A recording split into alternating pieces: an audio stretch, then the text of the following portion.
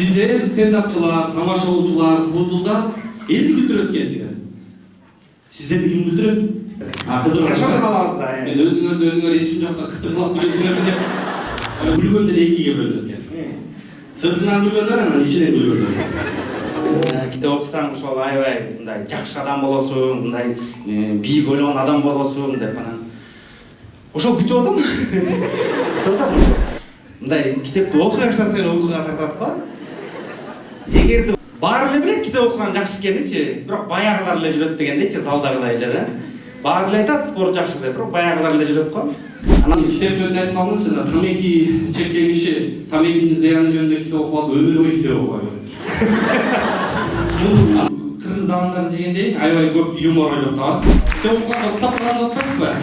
Бул китеп уйкуну ачат билесиз да, чоң казакта окуганда ошол жерден токтобой калабыз. Дагы бир коногубуз бар. Дайым өзүнүн көрүп эле күлөсүң актер, режиссер Жаныш Майрамбек уулу.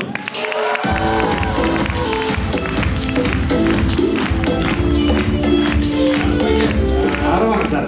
Ассалам алейкум. Кош келипсиз. Рахмат чоң, кол чабуулар Эдил Майкеге. Арабаңыздар, саламатсыздарбы? Өмүр жолуңуздар бул жерде эжекелерим, апаларыбыздай болгон адамдар бар экен, ошондой эле агайларыбыз. Бывшийим жүрөт тиги жерден. Эми ушул кичине юмор менен ушул китеп окуу жөнүндө карап көрөлү деп ойлоп кеттим. Анан бир аз кээ бир ойлорду жазып кояткан болчумун, ошолор керек болуп каларын мына бүгүн билдим да. Ошол адам экиге бөлүнөт экен негизи. Китеп бул байлык деген, анан брат тайпси барбы дегенчи. Тайпси барбы деп дайым ошого сарсана болуп жүрөт да. Ушу тайпсиз телефон өчүп калбайын деп. Бирөө болсо саякатка чыкканда ушу китебимди алдымбы, мунусунда кайсысын алып барайын, жетишемби деп жүрүшөт экен. Анан бүгүн да уктум, мурда да көп окучу элем, китеп бул дос деп. Жакшы, эң жакшы дос деп коет экен го. Мен кошулам ушуга. Чын эле тиги мисалы дос деген сенден карыз албайт, туурабы? Китеп сенден карыз албайт. Сен эч кимге жамандабайт. Машинаңды айдап кетип калбайт. Сага жаккан кызың менен үйлөнүп кетип калбайт.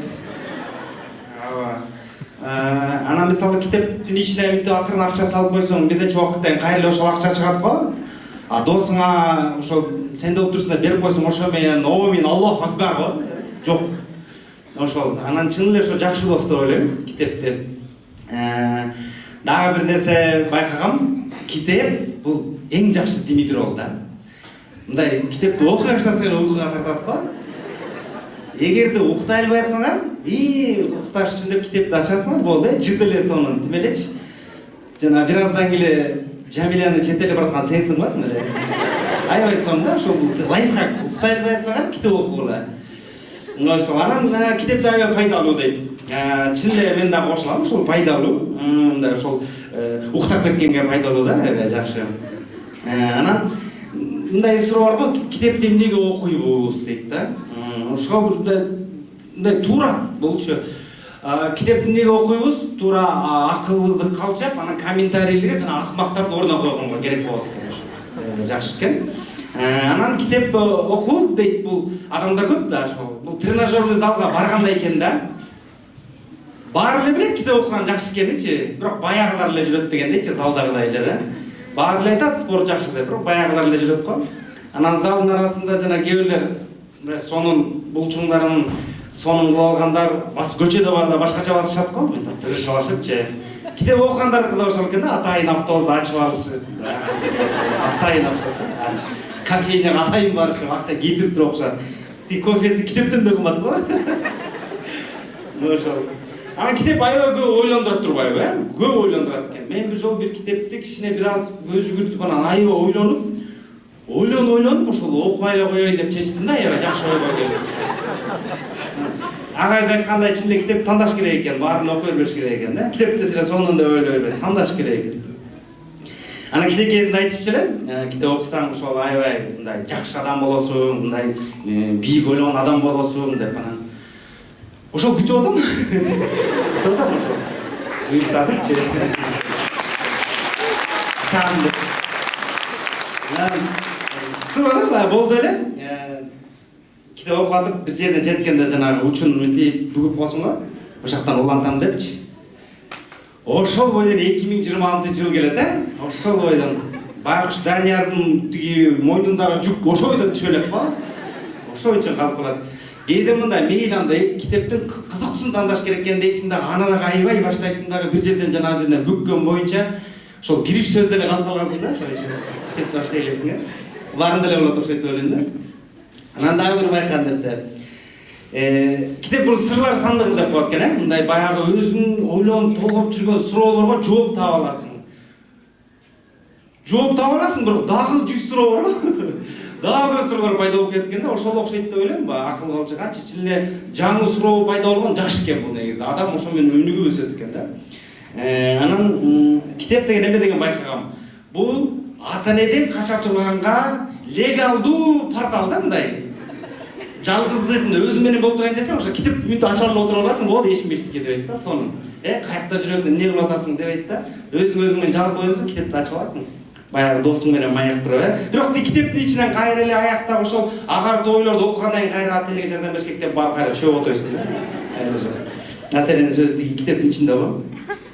Мен ошо аракет кылам, китепти көп окуганды, ошол өзгөчө кагаз китепти окуганга аракет кылам да. Эмне дегенде ал ичине анык бетке айтат го, канча дагы калдык аягына жеткениңчи. Электронду билинбейт экен ал. 8 жыл өтүп кетет экен билбейчи. Ошол. Китеп эме окуйбуз, мына Кыргызстанда классика окушат. Айрыкча аталышын эле. Кыргыздар аталышын эле билип алышат экен да, көбүнчө байкагандачы. Мындай, сыңалышты билесиңби? Ошондой бар бизде чыгармада жүрөбүз. Көп кишилерчи. Ошол биз кыргыздар ошого жакшы экенбиз, аталыштарын жакшы билип алат экенбиз, кандай чыгармалар бар экен, ошо менен жүрө берет экенбиз да. Мен да ошондой элем, мен мындай алдангам да. Кичинекей кезде Чыңгыз Айтматовдун чыгармаларына кино тартылган, ал окуяны мындай үзүн билесиң. Анан мугалим менен аябай талкуулагансыңар, ал кезде талап жок да. Отура бересиң, сабакты окуш керек ооба деп. Анан өмүр бою мен ошол чыгарманы билем деп ойлоп жүрө берет да. А көрсө мисалы Акбардын көз жашы дүп жөндө турбайт мисалы. Кара буурай жөнүндө андай айткан болбойт. Бирок азыркы акыл менен окусаң көрсө көп нерселер чагылдырат экен ал жерде. Мисалы тиги Авдий ошол таксыр экен алчы. Тиги ошол чиркөөдө, церковьта иштеген, анан ал деген айтат экен да, өздөрүнүн ошол таксырлары жамаатын айтат. Кудай кантип эскирип билген заманда калып калса, ал деген түбөлүктө десе аны иретиктеп жөнөтүп, анан ал ошол биз бака чүйдөнүнө келип анан ошол дүп жазагандарга даат берет турбайбы мисалычы. Мен билем эмес мунаны. Плаха деген чыгарма. Ошондой эле биз баягы көп нерсени ойлоп алат экенбиз да, мен билем муну деп ойлоп кала берет экенбиз да. Мен бул китепти билем, көз жашын билем, Жамиланы билем деп берет экенбиз, жаңыртып окусаң аябай кызыктуу экен, Мисалы Ак кемени мен канча жолу, мына 12 жолу башын баштап кайра чыгап салган, сонун кызыктуу да, ар дайым башын кызыктуу. Зато башын өлө айтып бере алам. Ошол. Нагы türlü жазуучулар бар, түрлүү чыгармачылык иштер, авторлор бар. Анан негизи китеп өзү адамда сабырдуулукту чындайт экен. Өзгөчө жанагы автор бир оюн 300 барак айткан шактачы, сабыр кылат экенсиң. Сабыр кыласың же тиги жана барактарды акырын ошо саморго тутандырганга кете берет да. Тамашайм, бирок чын эле ушундай. Же туалетке деп коебуз. Илгери айылдарда. Баса бир жолу каникулга айылга барып, чындык айта бересиң де, баягы чака кара. Тиякта сонун чыгарма турат. Анан ал кезде мынтип анан кызык кетти да. Туалетке чыгып отуруп карасам, тиги Аркадий Гайдардын немеси, Чуки Гек деген немеси экен. Аябай аны менен чогуу кирип кетиптирмин жана жерге. Тайгага кетип бара жатат, атасын издер, амантип сүрөттөрү менен уже. Сүрөттөрү менен баягы китеп. Аябай мынтип издеп кеттим, бир аздан кийин тиги менин Чуки Гегим тоңуп калып турбайбы тайга жолда. Ошол биз дагы ошол китепти ойдун жакшы керет багытын тоңдуруп албайлы. Бир жыйынтыкка келейин, анан ошондо мен отуруп жаман баягы ал кичинекейди түшүнбөйсүз, бирок кийин ойлонуп жаман болдум да. Жанагы кантип ошол китептер ошол жанагы дааратканадагы чакага түшүп калган депчи. Анан бул мен ойлогом, бул заман баягы караңгылыкты көрсө андай эмес экен. Эмне дегенде менин чоң атам, чоң энем экөөдөн мугалимдер. Анан алар өтүп кеткен, көзгө түшкөн.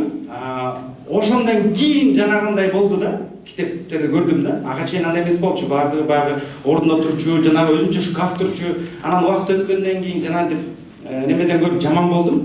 Бирок баары жакшы. Убакыт өттү. Балдар эмес, анын неберелери бар, мен кичинекей карындаштарым. Ошолор чоңоюп алып туруп, алардын азыр оозунда сөз бар.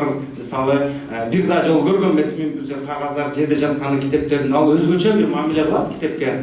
Анан неме деп коет.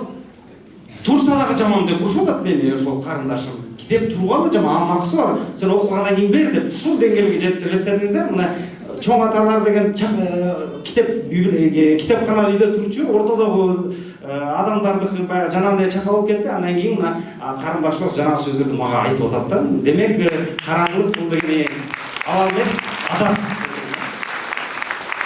Ошол дагы жакшы нерселерди байкап турсун да айтып турамын. Ошол китептердин дүйнөлөрүнө чуңкуп кайра чыгып ошолор жөнүндө талкуулаган сонун экен. Анан ошол китеп аркылуу бир нерсени билдим. Чээр жазып деген сөздү мен өмүр бою уккам да. Туган айтат, Айшатылар айтат, чээр жазалы десе мен ойлогом мына баягы эс алалы деген сыяктуу депчи. Чээр жазабыз.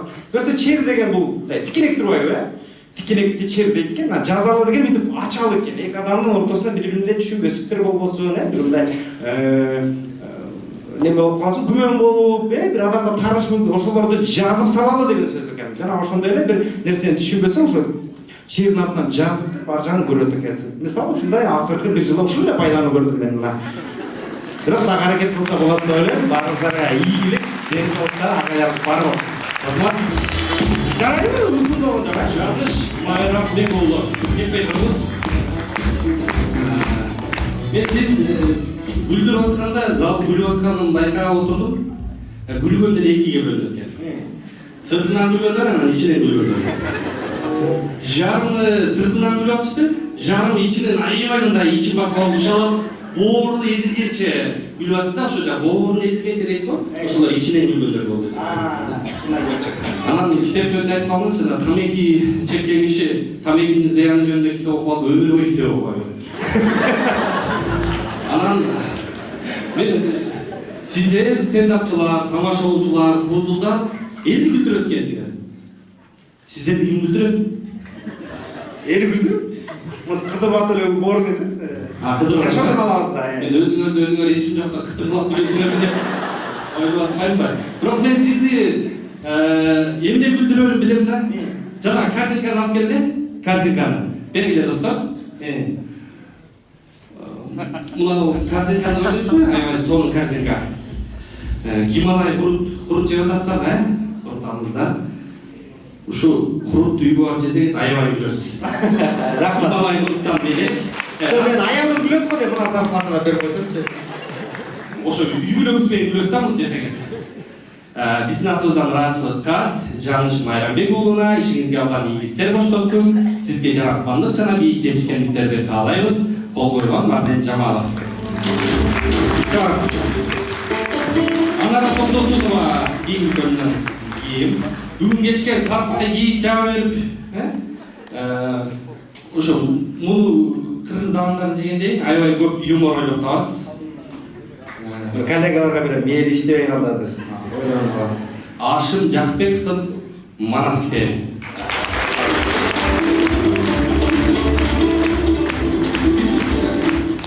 Жана китеп окуганда уктап калганда атпайсызбы?